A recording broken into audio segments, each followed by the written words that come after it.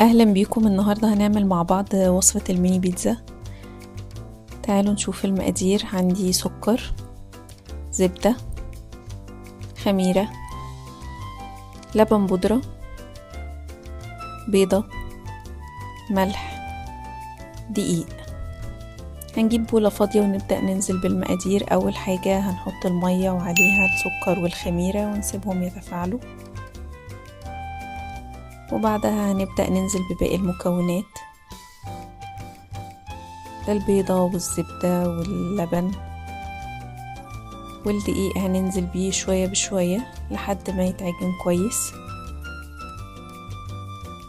وفي بولة بقى فاضية هنجيب فيها مسحة زيت بسيطة ونحط فيها العجينة ونسيبها تخمر حوالي نص ساعة. في الفترة دي بقى هنعمل الصلصة بتاعة البيتزا.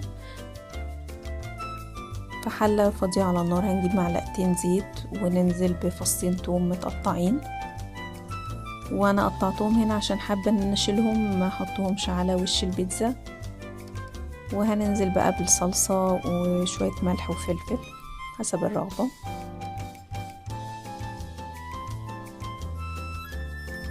والعجينة بتاعتي اختمرت. هنبدأ بقى نرش دقيق كويس عشان هي نلاقيها بتلزق شوية وطرية قوي. فهنحط فيها دقيق بقى من تحت ومن فوق ونبدأ نفرد كده واحدة واحدة. وبعد ما فردتها هبدأ بكوباية أو بطبق أقطعها دواير، وهنزل بشوكة على العجين، وبعدها أبدأ بقى أحط الصلصة.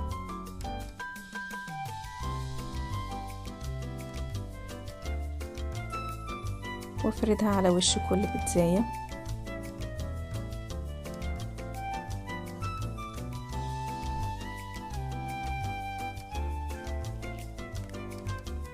وبعد كده أنا كان عندي ميكس جبن موتزاريلا والشيدر.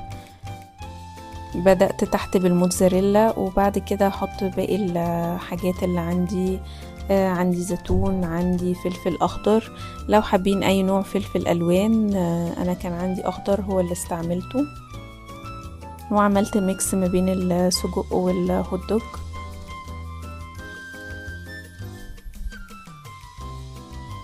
وبعدها هبدأ بقى بعد ما اوزع السجق والهوت دوج هحط الشيدر من على الوش وهدخلها الفرن. جربوها وقولوا لي رأيكم، وما تنسوش اللايك والسبسكرايب لو عجبكم الفيديو.